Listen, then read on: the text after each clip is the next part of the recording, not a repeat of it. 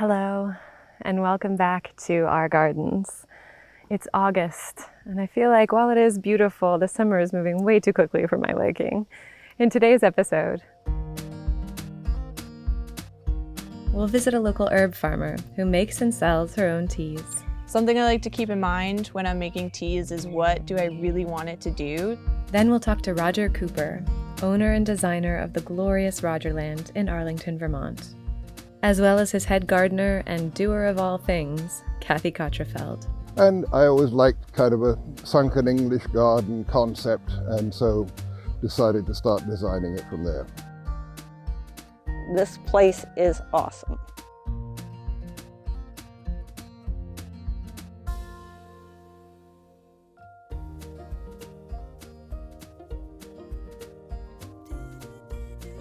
These are Sun Gold cherry tomatoes, and they're one of my absolute favorites. I think I would say these are my favorite tomato. The balance of sweet and acidity is like perfect on these, and I think I've planted about 20 different of these plants from seed starting in February or March. They are incredible. And one of my favorite things to do while I'm harvesting out here is to slowly pick and eat these cherry tomatoes. And I have a little bed right in front of those of herbs. Parsley, purple basil, regular sweet basil, Italian basil, and combining some fresh Sun Gold tomatoes with some of that purple basil, it's like a caprese salad. It's incredible. So now that we have our Sun Golds, we just need to find our perfect little basil leaf. There we go. Wrap it on up, and you have a little caprese bite. So herbs are fantastic for their culinary properties, but they're also wonderful for medicinal healing as well. And we had the good fortune to go and pay a visit to a local herbalist and farmer who has all kinds of beautiful herbs growing on her property.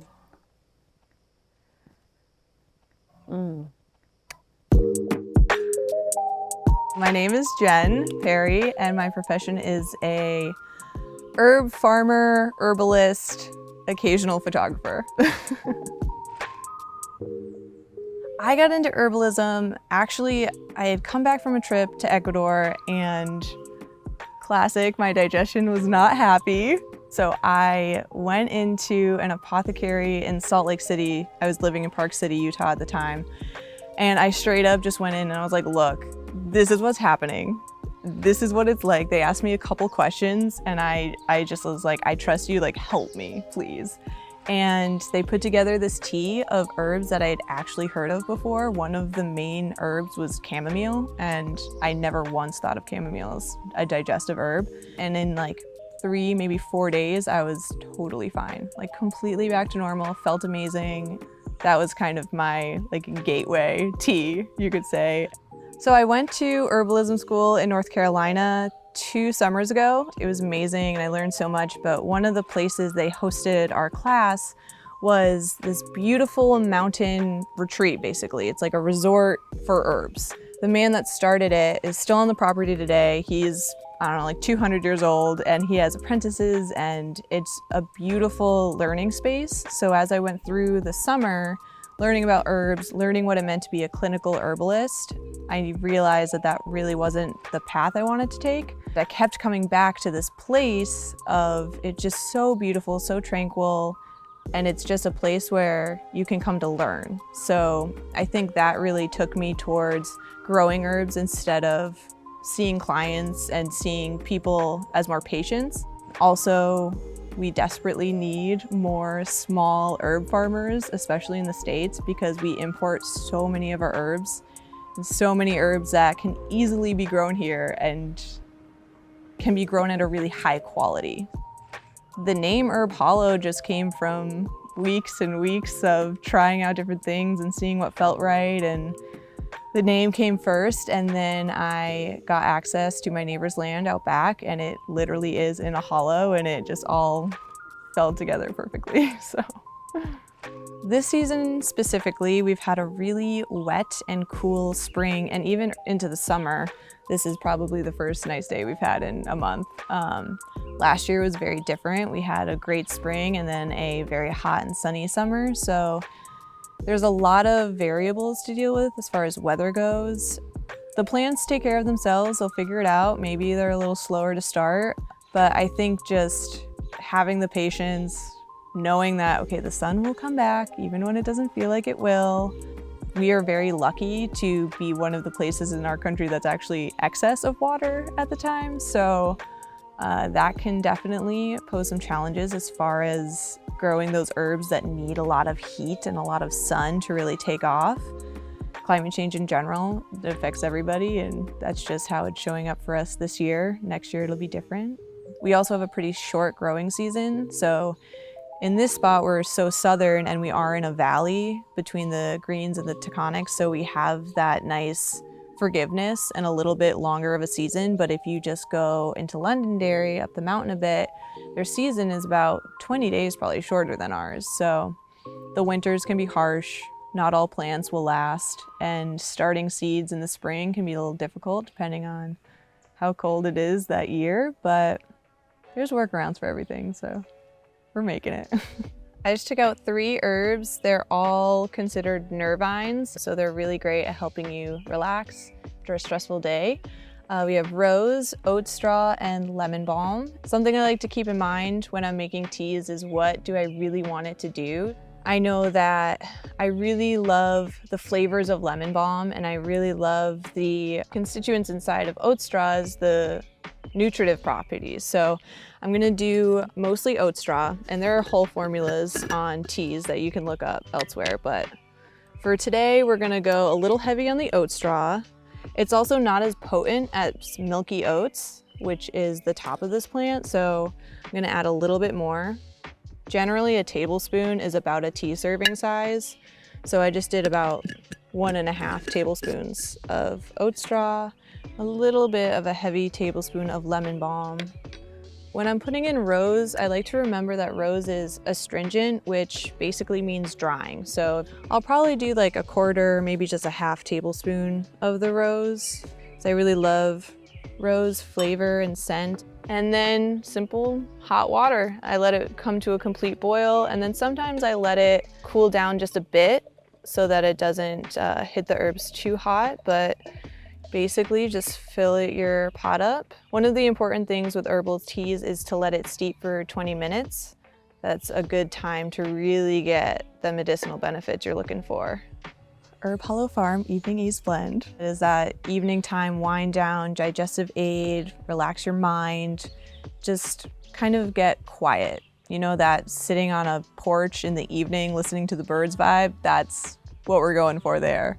Fill Your Cup has 2 forms of the same plant. So it's milky oats, which is just the oat plant when the seed is really liquidy still before it solidifies. That's when you harvest it. And oat straw, which is just the other parts of that same plant. And those are very soothing to your nervous system. And you could almost imagine that they coat and cool and soothe your nervous system. They also have some really great minerals. They have some calcium in it. So that's one that I blended for basically everyday use. It also has lemon balm in it.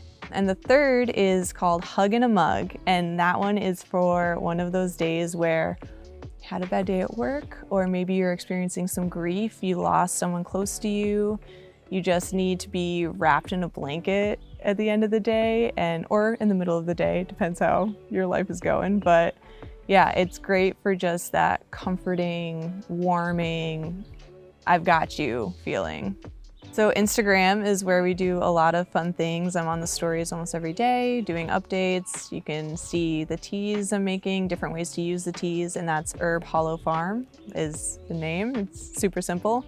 My website is herbhollowfarm.com. That's a great place too. I have a small herb blog. It's called Dig In, and you can find that there if you want to learn more about growing certain herbs or how you can use them. I do the Arlington Village Farmers Markets every Friday from 4 to 7, and there's a lot of amazing vendors.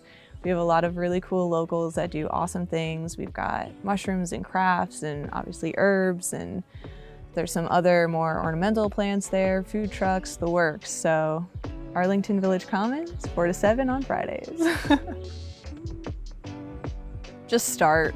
It sounds so simple and it can be really intimidating, but get some potting soil, get a little container if you're too nervous to start it in the garden yet, and then the minute that you start harvesting fresh herbs to put right into tea, or you dry your first bundle of herbs, you're gonna be hooked.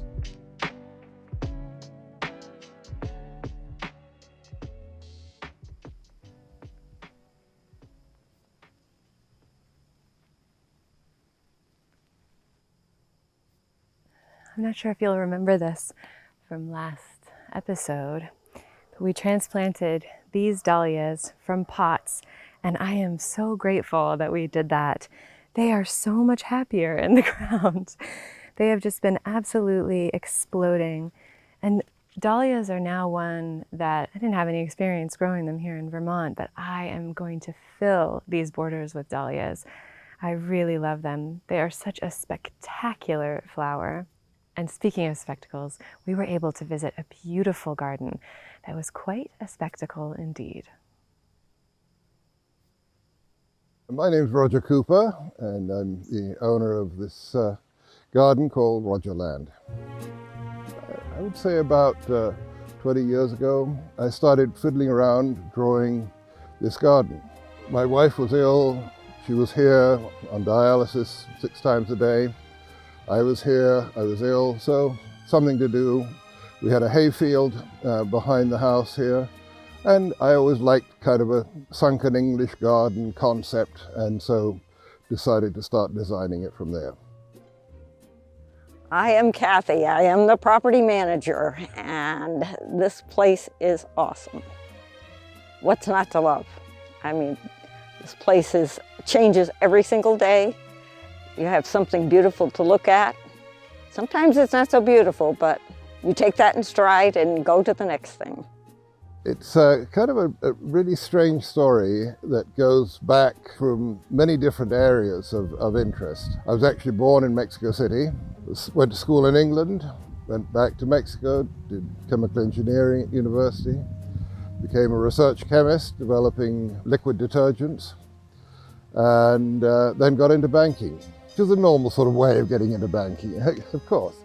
So I got into banking with Citibank in Mexico, then in Guatemala, then in Honduras and Venezuela, finally in New Jersey, in different roles. By the time we got to New Jersey, I was the chief of staff of the guy who ran all of technology for Citibank worldwide. Sort of had enough of that, so let's get into investment banking, which seemed to be a logical move from one to the other. Got into investment banking at Citibank throughout Latin America because, of course, speaking Spanish and Portuguese and knowing the culture throughout Latin America. I then moved over to JP Morgan Chase, and there I was responsible for all of the Americas outside of the US. Not only was I involved with that, but for the last 35 years I've been chairman of the board of an organization that takes care of the mentally handicapped. In the meantime, I got into theater. For the last 15 years I've been involved with an off-Broadway company, and then about 10 years ago formed my own production company, Red Spear Productions. So that was really how this whole thing evolved, and it's kind of a crazy background. Again, the conceptual idea was a central sort of square where you have a sunken English garden coupled with my other passion, which is playing golf. This was the first place he started. So everything in this bed was supposed to be miniature. As you can see, we feed things too well. The concept there is we had a central tree, which was an R.H. Montgomery, that was a small ball. Today it's an enormous thing, and 4 specialty plants around it. So that little quadrangle there was just open grass that didn't do anything because it was under the trees. This juniper I call Cousinette. This Norway spruce in the spring has bright red pine cones on it. It looks like a Christmas ornament. From there, you come into the area behind me. This area behind me is really a fountain, one of 8 water features in total that we have in the garden. And the idea is it's a tribute to Vermont. It's a covered bridge. One winter Roger was away and we decided to put up the covered bridge, so Between these two arches is the covered bridge and the waterfall. And as you exit here, we have the hops. There are 6 varieties of hops, and right now you can see the little pine cones up at the top. That's what the hops are. So we are able to grow our own beer. You know, obviously you need that for daily life. So the minute you get outside of that, you get over to the next area, which is the area that we call the TJ Pond. And the idea behind that, conceptually, is a yin-yang type pond. So if you look at it, you see the upper part, which is very quiet and calm and peaceful. Then you have sort of fairly violent drop of a waterfall and tumbling along stones until it gets into the second part of the thing. This is weeping larch, and if you feel that, it's very, very soft, and it loses its needles in the winter. 5 of these arches on the property, and they're lit from the top and the bottom. So at night, it's absolutely beautiful. From the yin-yang pond itself, you come into one of the more interesting vegetable gardens. Most people use cedar in their vegetable gardens. We have granite. You'll notice a lot of metalwork all the way around. All of that metalwork was done by an individual by the name of Chaz Perkins, who has been working here for the last 15 years. Each of these posts has the fleur-de-lis, which can come out, and then you can put the shepherd staffs on there. There's a cover that goes over the top of it if you want to extend the planting season. We next get to one of the areas which many people just sort of wander by, and it's just an archway. But to me, the essence of that part of the garden is life. If you look on the floor, you'll see a sun radiating out. Sun is part of life. Without sun, you don't have life, right? If you have a look at the metal, you have one twisted around like that, but there are 4 parts to each twist, and each one is twisted around itself. That is a symbol of the DNA. And on the outside you have grapes. So there again, you have grapes, which are the food of life, you have the sun, and you have your DNA all mixed up into this archway. Up here we have the Espalier apples. If Roger can figure out how to get a helicopter in here, we'll go about 3 more higher, but until he figures out the helicopter, I won't let Chaz back up there. Next to that, you have like a checkerboard, where it's rather fun because there are a lot of cactus. From there, we cross over into the other vegetable garden in front of the main part of the quadrangle. This garden is a tomatillo garden, a chili garden. To make salsa and so on, again, because of the Mexican roots, we need to have our own Mexican garden, and the horseradish in the middle. These are Egyptian onions, and the Egyptian onions you can eat every part. In the middle, you'll also find that there is a fountain. This is an old water pump. Chaz built a chamber under it so the water circulates. The cactus is because Roger's son lived in Tucson for quite a while. So leaving the vegetable garden, we then get into the vineyard. The vineyard has 14 of the little flying saucers up here. And what the flying saucers do is they hold the grapevines. I call them flying saucers. They hold the grapevines, so when the grapes come down, it's like the European movie where all the grapes are hanging. So we have Saint Croix and Marquette grapes that are hybridized, one in Vermont, one in northern Wisconsin, that grow in this type of climate. When the grapes are ready, we have to check them with a special calculator and find out what the Brix is and see how sweet they are. Usually, before they're sweet enough, the birds beat us to them. Through these little windows of the metalwork with the grapes all the way around onto the putting green. Roger says if you think you want to build a putting green, don't. You first of all have to dig out 4 feet, get rid of all that material and start building it up from there with different gravels and different levels of stones so that you have osmosis coming back up and down. It's a fairly scientific methodology. And the last 18 to 24 inches is all sand, but it can't be any sand. It took him 5 times to get it certified. We sent off to a lab in Rochester, the only lab that the USGA has, And they said, no, you've got too many fines in this, too many fine particles. We found another source of sand. No, you've got too many large bits in this. And it wasn't until we found the third source that said, yes, you can use this. There's 2 sand traps, a chipping area, and then there's six holes for golf. You need all of the equipment for the top dressing, for the aeration, for the cutting of the grass and so on.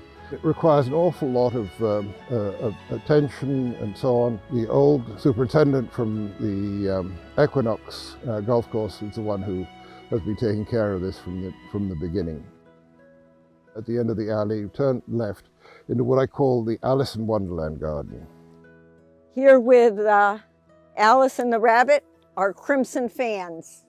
These have a white flower in the spring. They start out all green, and by fall, those will be totally red. We have the full-size chessboard. The white marble is Vermont marble. The black is Ubatuba from Africa. The queen weighs 45 pounds. They're made of teak. That actually separates the gazebo from the bowling green. Now, in England, lawn bowling, or bowls, is very popular. In Canada, in the US, it's almost nobody knows about it. Lawn bowling is like bocce, except instead of throwing the ball, you roll it. The difference is that these balls are not round. They're flat on the sides. So they're round that way, but flat on the sides. So they can sit on a table just like that. Furthermore, they have a weight on one side. And it's a fun game. Moving on from there, we had a situation whereby my wife, who died in 2010, we were married for 40 years, but anyway, she liked the plain Vermont garden where you have a plant and grass and nothing to take care of. That wasn't quite the same as what was happening over on this side of the property. So we opted for peace in the family and had a dividing line straight down the middle. So was created the dry riverbed. That was sort of the end of one and the beginning of the other. Chaz built the bridge. The bridge is lit underneath the railing, and once it's dark, you can see the texture on the vines illuminates right down the post. Absolutely gorgeous. I must admit that when she died in 2010, this sort of more formal side kind of crept into the other side a little bit. We decided we didn't want to pay the vet anymore, so we have our dog topiary. Adam, who works for Homestead Landscaping, he does its trimming. God gives it its bath every week. And then you go around the back into the secret garden. This is the bed that Mrs. Cooper could look out her room and see this little garden. And in the spring, this is a flowering cherry. I'm remarried as of 5 years ago, and so when we look out of our bedroom window, that's the first garden we see in the morning. And there is a very comfortable chair where you can go and sit and read, and you're away from everything, and all you have is greenery around you. This is where we say, we hope you enjoyed your visit to Rogerland and return with your friends. It took about 3 years to do all of the infrastructure. There's probably about 5 miles of tubing under all of this. There's water irrigation system, 75 zone irrigation system. There's electric current going to all different posts. There's hand watering stations. All of the stonework was done, all dry laid, and no concrete amongst the outside walls. So after the 3 years were done, and everything was prepared and all the soil was in, we had a truck come with 18,000 perennials and 500 trees, which was the initial planting. And we had six or eight women here for about 10 days that all they did was plant.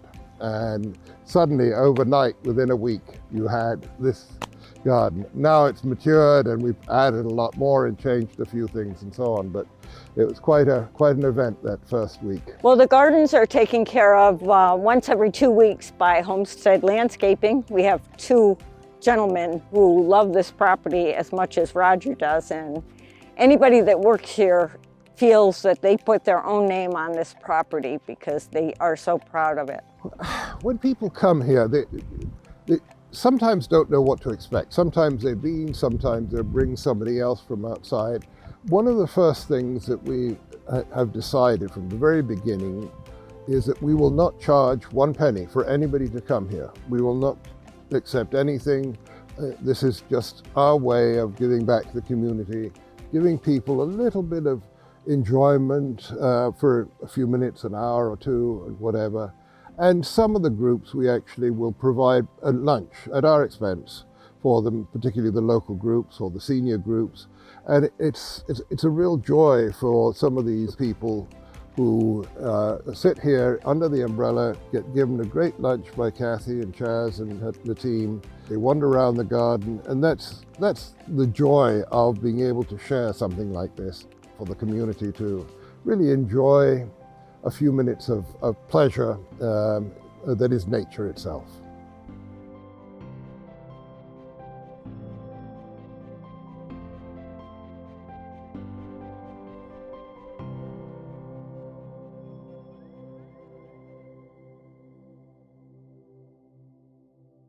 Isn't that a beautiful garden? So Roger has very generously opened his garden to the public, but you do have to make an appointment. So make sure to call Kathy Cotterfeld, and we'll leave that information on the screen. So I wanted to show you some of the astilbes that we transplanted in our very first episode of our gardens. They're right behind me. And don't you see that sort of zingy purple color? They're absolutely gorgeous. And I wanted to show you what they look like spread throughout the borders that we did earlier in the year. It's such a fun, beautiful color, and I think it adds a sense of whimsy all throughout the garden, just to have these little freckles of the same color and the same movement. Well, thank you so much for joining us today. It's been wonderful to be with you, but we've come to the end of today's program. Have a beautiful rest of your August, and I'll see you back here in September. Happy gardening. If you'd like to support this program and others like it, you can donate by going to GNAT-TV.org/donate. Thanks for watching.